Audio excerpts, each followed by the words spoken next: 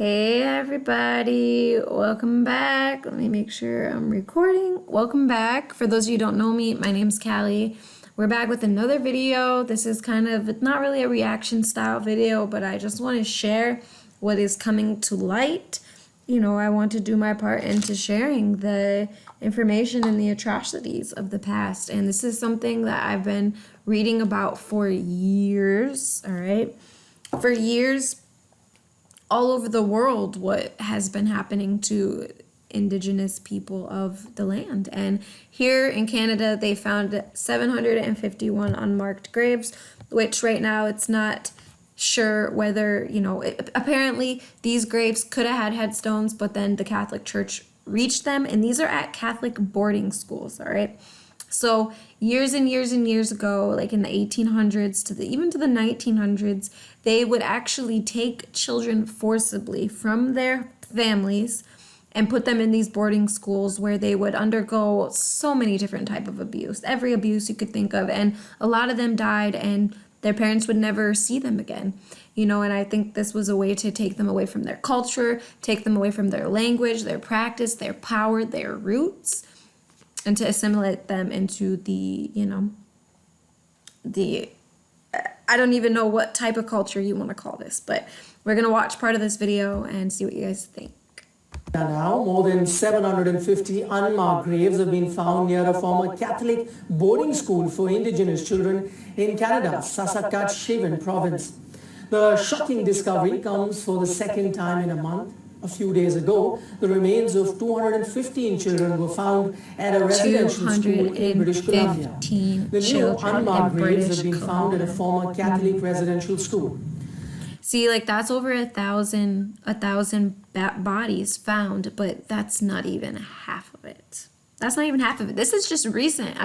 I've come across this for years. Cowess's First Nation chief has said that it is not clear how many remains belong to children.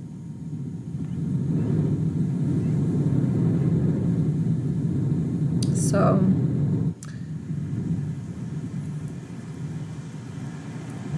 it's like the Catholic, I don't know, the ties between... As of yesterday, we have hit 751 unmarked graves.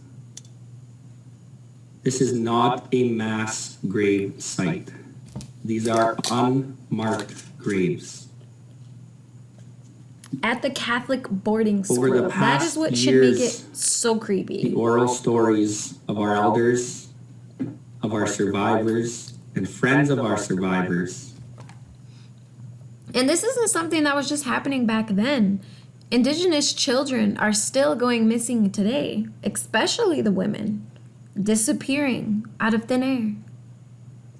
Have told the stories that knew these burials were here. In 1960, there may have been marks on these graves. The Catholic Church representatives removed these headstones. The expert explained that the site is being treated like a crime scene. Removing headstones is a crime in Canada. Canada's Truth and Reconciliation Commission said in a report that a cemetery was left on the Marigold site after the school building was demolished. Cowess's First Nation is in touch with the local Catholic archdiocese to identify the remains. Authorities will be assessing each plot in the coming weeks to determine the number of victims buried at the site. Delrom has said that the exact number of victims will not be known for weeks. Graves may contain more than one set of remains. The revelation once again puts spotlight on a dark chapter of Canada's history. It has opened old wounds about the lack of information and accountability about the residential school system. It operated between 1831 and 1996. 150,000 Indigenous children were forcibly separated from their families. They were also isolated from their culture and languages. Schools were mostly Catholic and run on behalf of the federal government. Children were subjected to malnutrition. Which is weird. I don't know about Canada, right? But there's supposed to be that separation between the state and the church. All right. Now, the Catholic the Catholic, I don't even know what you want to call it, but that whole sect has been basically doing terrible, terrible, terrible things for who knows how long. And why they still have the power that they have today is beyond me. Physical and sexual abuse. Oh, In early yeah. June, So Pope in Francis these said Catholic, that Catholic, abuse. the Catholic Church is In known early for that June, Pope abuse. Francis said that he was pained by the Kamloops revelation.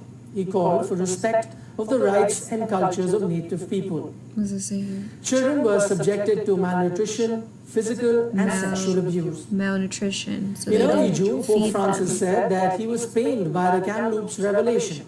He called for respect of the rights and cultures of Native people. However, he stopped short of the direct apology that some Canadians have demanded. The new revelation think it needs is to revived calls on be the Pope more and than the an Church to apology. apologize for the abuse suffered at the schools. Canadian Prime Minister Justin Trudeau called the findings at both Kamloops and Marieville a Like, shameful if the reminder church- of the systematic racism, discrimination and I'll let him injustice finish. that Indigenous people have faced. Positions that people can rely on to provide for their families.